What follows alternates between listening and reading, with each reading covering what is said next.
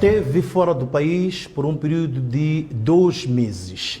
É a partir do exterior que mais se notabilizou ao convocar manifestações em protesto contra os resultados eleitorais. Saudações, caro telespectador. O nosso convidado hoje é o engenheiro Venâncio Mondlane. É com ele que vamos ter esta conversa virada para a realidade atual do país. Saudações, engenheiro. Uma das questões bastante curiosas para os moçambicanos e não só, iria começar por aí. Afinal, por onde andou o engenheiro Venâncio Mondlane? Tá, muito obrigado, Jorge, pela oportunidade. Também obrigado a Miramar. E também aproveitar para felicitar-te pelo programa, que é uma referência nacional agora que tens feito, que ganhaste um estilo próprio e um espaço muito autêntico, muito genuíno. Relativamente à questão que colocas, eu andei atravessei várias fronteiras, mas a primeira em que eu passei no dia 21, portanto o dia 21 foi o dia em que nós praticamente fomos agredidos pela UIR. Eu estava dando uma entrevista a órgãos de comunicação social nacional e estrangeiros e que foram lançadas bombas de gás lacrimogéneos justamente para jornalistas e mesmo para o meu próprio corpo apanhei. E esse dia também tínhamos vários atiradores montados em vários pontos e que eu tive informação privilegiada, mesmo dos serviços de segurança, que eu devia o mais rápido possível sair do país. E sabes que isso aconteceu 2 dias depois do assassinato do Elvino Dias, que ele foi carregado com 25 balas. Então no dia 21 eu atravesso à noite a fronteira de Ressano Garcia e entro para Nelspruit, onde fiquei um dia, acho que é no Boutique Piper Hotel, e depois no dia seguinte fui ao aeroporto de Kruger, em Mpumalanga, apanhei um avião para Johannesburg.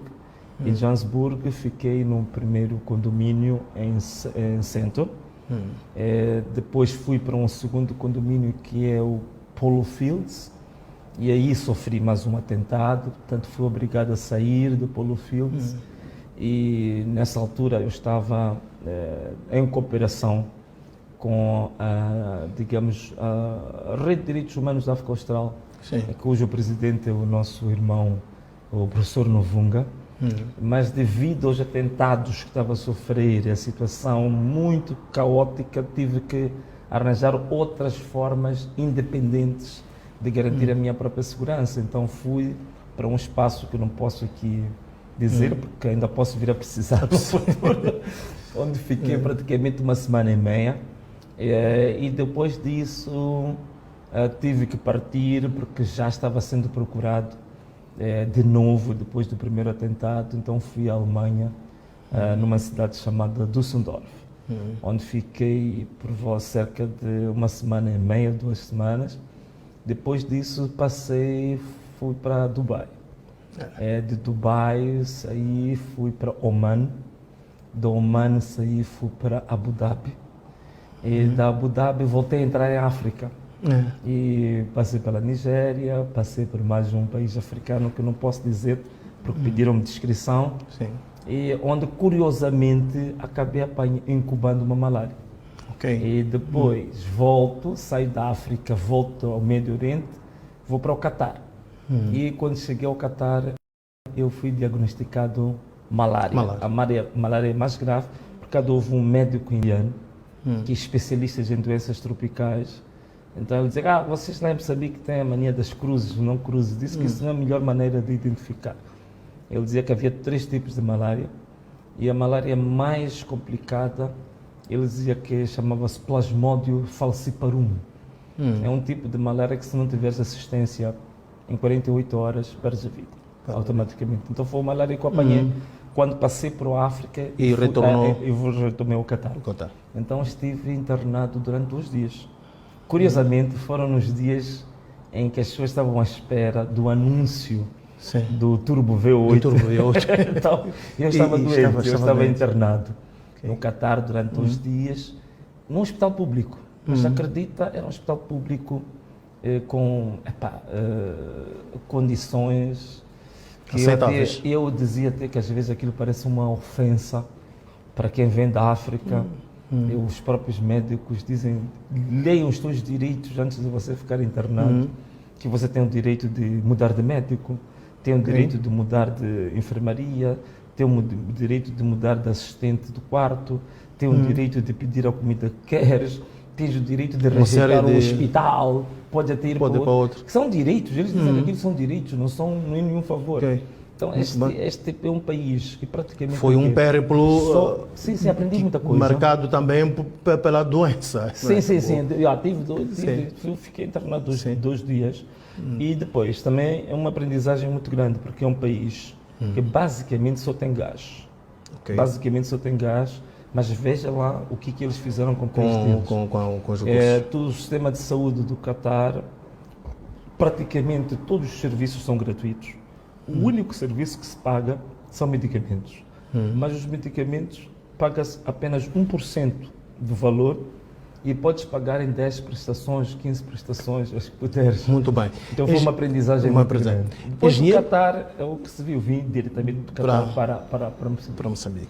E o engenheiro faz este périplo posicionando-se contra os resultados eleitorais. Primeiro, o anúncio da Comissão Nacional de Eleições e, posteriormente, os resultados, a proclamação do Conselho Constitucional.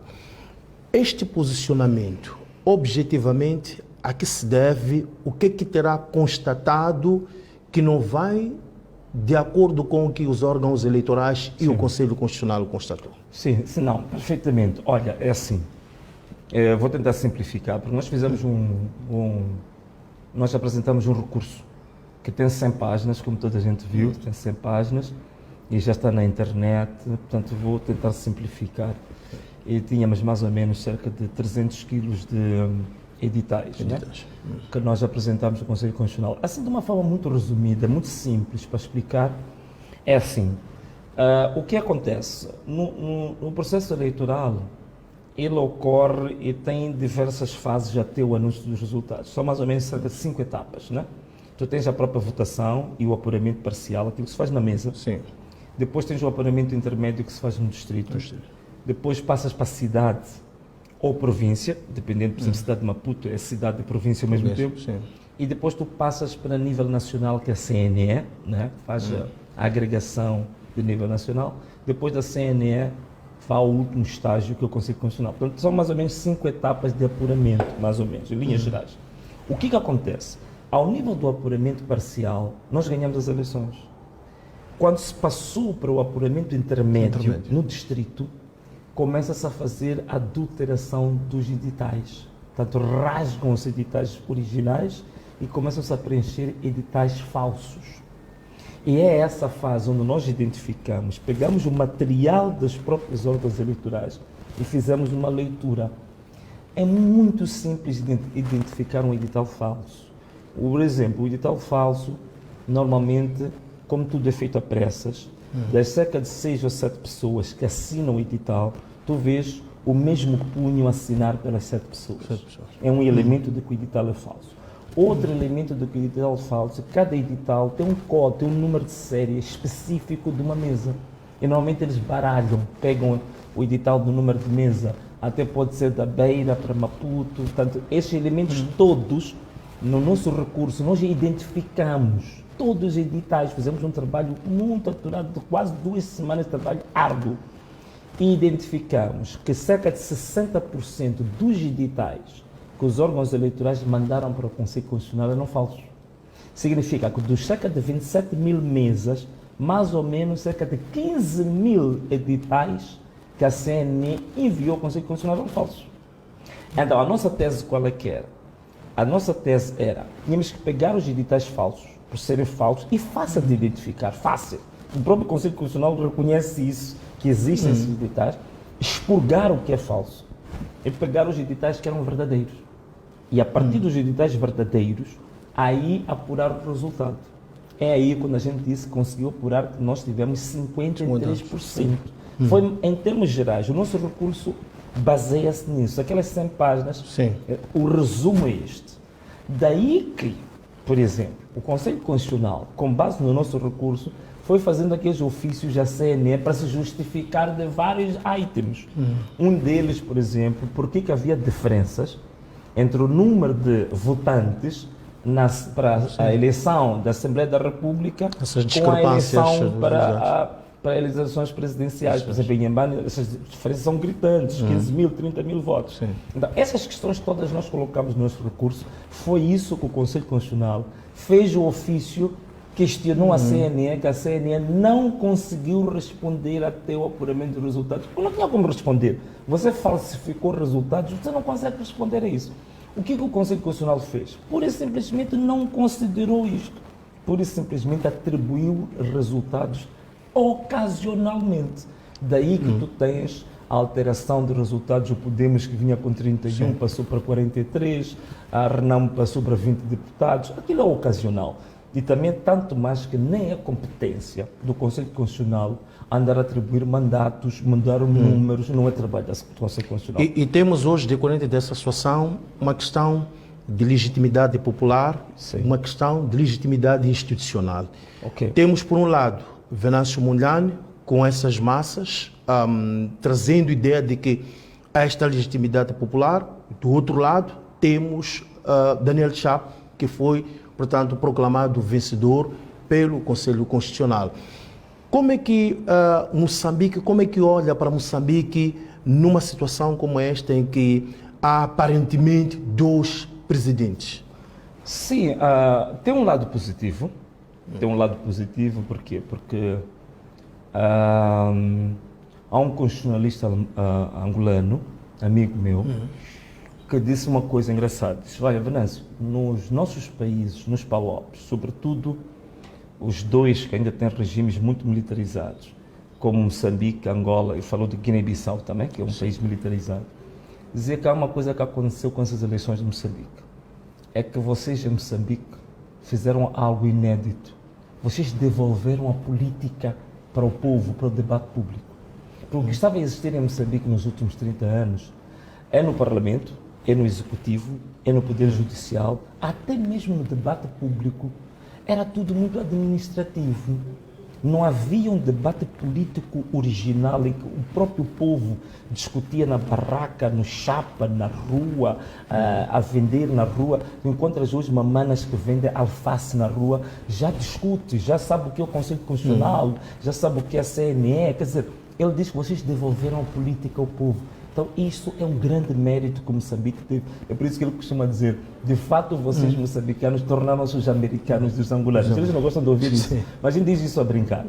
E, tanto, este primeiro ponto significa que, tendo estes dois, esta bipolaridade, significa que você, no mínimo, do ponto de vista democrático, do debate político, da cultura democrática, isto é um avanço. Pelo menos isso é positivo, porque há o debate que é criado a nível nacional.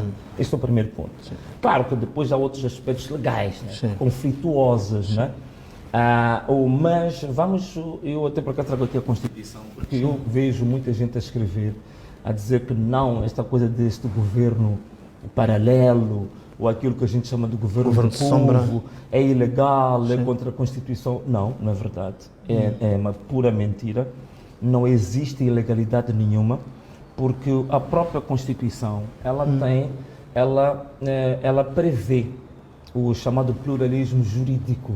E como é que pensa materializar este governo, diríamos, paralelo, governo sombra? Não. Que modelo seria? Não, mas o modelo está aí. Quer dizer, até para dizer a verdade, não é uma coisa nova, né? Não é uma coisa nova, é uma daquelas coisas que nós não inventamos a roda. Por exemplo, em Portugal já funcionou quase 10 anos.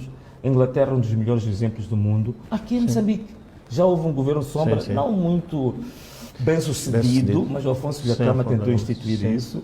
O presidente Yusuf Mahamat anunciou, mas depois não avançou com isso. Portanto, não é uma coisa tão nova, tão problemática. Portanto, isso é normal em qualquer democracia moderna.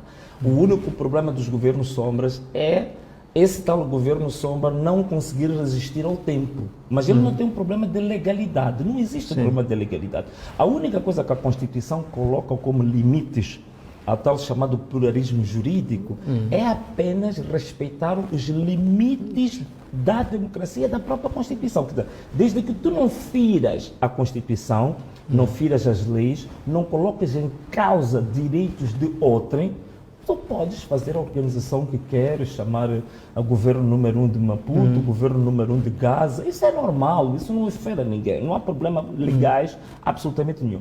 Como operacionalizar, que é a sua pergunta, como concretizar? Não, concretizar é simples, logicamente que nós sabemos que há um poder que foi instituído pelos órgãos de direito, né? Pelos órgãos de direito, portanto nós temos consciência disso e não vamos estar aí em pancadaria com o Conselho Constitucional, nem querer agora dar ordens ao Exército, nem nada disso, mas o que nós vamos fazer é apresentar alternativas sobre políticas governativas, por exemplo, agora, nesta primeira fase. Vamos com essas medidas que... Por exemplo, aí está, o governo que é dito que é o governo formal, que é o governo indicado pelo Conselho Constitucional, há uma coisa que não fez até hoje, passado quase 10 dias de que tomou posse. Num país em que há praticamente a crise, não é só uma crise pós-eleitoral, tu tens várias crises no país. Nós estamos numa crise económica, estamos numa crise financeira, estamos numa crise social, portanto isso toda a gente sabe, não é novidade para ninguém. Significa que um país, quando está numa situação de crise como a nossa, do ponto de vista económico, social, financeiro, tu tens que, nos primeiros 3 meses, é o que se faz normalmente a nível do mundo, os tais chamadas medidas ou as políticas de curto prazo, dos primeiros 3 meses, 6 meses, que é para implementar medidas daquilo que chama de efeito paliativo. Quer dizer, aquelas é uma espécie de um penso rápido. Portanto, tens uma ferida que está a jorrar sangue. Primeira coisa que tu tens de fazer é tapar a ferida. Depois de tapar a ferida, podes depois fazer um raio-x, depois podes fazer um diagnóstico mais pormenorizado, vais fazer um tratamento mais prolongado. Mas a primeira medida é estancar o sangue. Então é o que estas chamadas medidas de curtíssimo prazo ou dos 100 dias. Isso todos os governos fazem. Infelizmente, este governo que se instituiu não conseguiu apresentar estas medidas para o tal penso rápido, essas medidas paliativas. Até hoje não apresentou. Então é aí onde surge a alternativa do governo sombra. Então nós apresentamos, identificamos as questões fundamentais que o país tem, tanto em medidas económicas, tanto em medidas sociais, e uma coisa muito importante, a questão de segurança, que é gravíssima em Moçambique, muito grave a questão de segurança, a questão da violação de direitos humanos. Portanto, neste momento, como sabes, Matavel, é a primeira vez que Moçambique tem 3, penso que se não estou enganado, portanto foi a plataforma Decide, a geração 8 de março, e nós também temos 3 denúncias no Tribunal Penal Internacional contra dirigentes de Moçambique, por violação de direitos humanos. Portanto, significa que é um momento único na história de Moçambique. Tens problemas de segurança único. Então, tens de ter medidas em matéria de segurança. O que tu vais fazer para garantir segurança à população em 3 meses? É preciso ter uma resposta. Tu tens agora um problema da crise, por exemplo, no setor da educação. Vai avançar o ano letivo agora. Vemos com um precedente de problemas. Erros nos livros, a corrupção que aconteceu com o livro escolar, tens o problema também dos desvios que houve, dos FOBAIFOs que era para ir ao terreno, depois foram usados nas campanhas. Tu vês uma série de problemas. Significa uma área prioritária. O que tu tens a apresentar para minorar ou pelo menos amainar os problemas graves que a educação tem? Estamos a sair da época chuvosa. Tens os rios todos, os leitos dos rios a transbordar. Tens as pontes, os diques a serem rebentados. Quais são as medidas que tu tens para isso? Portanto, nem tens ministro das obras públicas, não tens ministro da educação. Tens problemas sérios nessas áreas. Então, não houve medidas absolutamente nenhumas. O que nós fizemos? Elaboramos, na nossa perspectiva, aquilo que nós acreditamos que pode, nos próximos 3 meses, minorar o sofrimento das pessoas. São então, medidas de cumprimento obrigatório? São medidas de cumprimento obrigatório no sentido de que... Como é que nós traçamos aquelas medidas? Foi uma coisa muito simples.